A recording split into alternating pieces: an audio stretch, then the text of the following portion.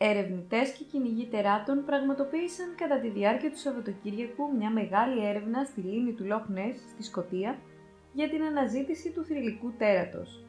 Μάλιστα λέγεται ότι εντόπισαν κάποιους μυστηριώδεις ήχους στην περιοχή.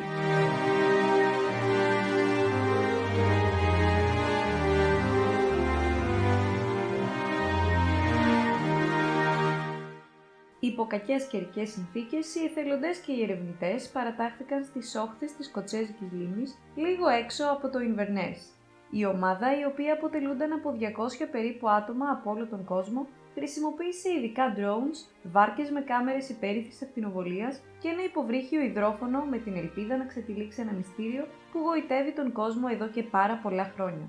Μάλιστα, λέγεται ότι κατά τη διάρκεια της δοκιμής του υδρόφωνου εντοπίστηκαν κάποιοι μυστηριώδεις ήχοι που θα μπορούσαν να συνδέονται με το θρυλικό τέρας του Loch Ness.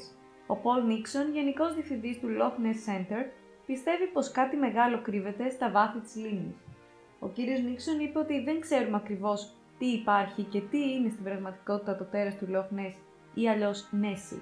Ωστόσο, ο ίδιος έχει δει σαρώσεις που δείχνουν αντικείμενα στο μέγεθος φορτηγών να κινούνται κάτω από το νερό. Οι αναζητήσεις συνεχίζονται και οι ερευνητές πιστεύουν ότι τα thermal scanners θα μπορούσαν να φανούν πολύ χρήσιμα για τον εντοπισμό τυχόν ανομαλιών στα βάθη της λίμνης. Επιπλέον, το υδρόφωνο θα επιτρέψει στους ερευνητές να ακούσουν ασυνήθιστα υποβρύχια σήματα. Η λίμνη του Loch Ness έχει έκταση 36 χιλιόμετρα και μέγιστο βάθος 240 μέτρα και είναι η μεγαλύτερη λίμνη γλυκού νερού στο Ηνωμένο Βασίλειο σε όγκο. Οι αναφορές για ένα υδρόβιο τέρας που παραμονεύει στην περιοχή υπάρχουν ήδη από την αρχαιότητα, με πέτρινα γλυπτά που έχουν βρεθεί να απεικονίζουν ένα μυστηριώδες θηρίο.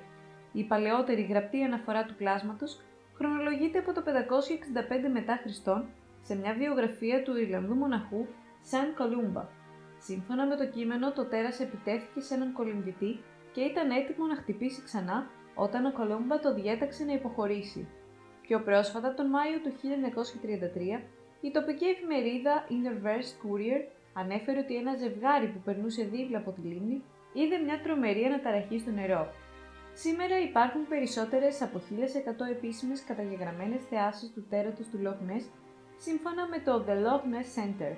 Φυσικά, όλη αυτή η ιστορία, αληθινή ή μη, αποτελεί σημαντική πηγή εσόδων για τη Σκωτία κάθε χρόνο, αφού πολλοί τουρίστες επισκέπτονται την περιοχή για αυτόν ακριβώς το λόγο. Με τα χρόνια, επιστήμονες και θελοντές προσπάθησαν να βρουν στοιχεία για ένα μεγάλο ψάρι, όπως ο οξύριγχος, που θα μπορούσε να ζει στα βάθη της λίμνης. Κάποιοι έχουν προτείνει ότι το τέρας θα μπορούσε να είναι ένα προϊστορικό θαλάσσιο ερπετό, κάτι σαν πλησιόσαυρος. Το 1972 το Γραφείο Ερευνών του Loch Ness έκανε μια πολύ μεγάλη έρευνα, αλλά δεν έφερε αποτέλεσμα.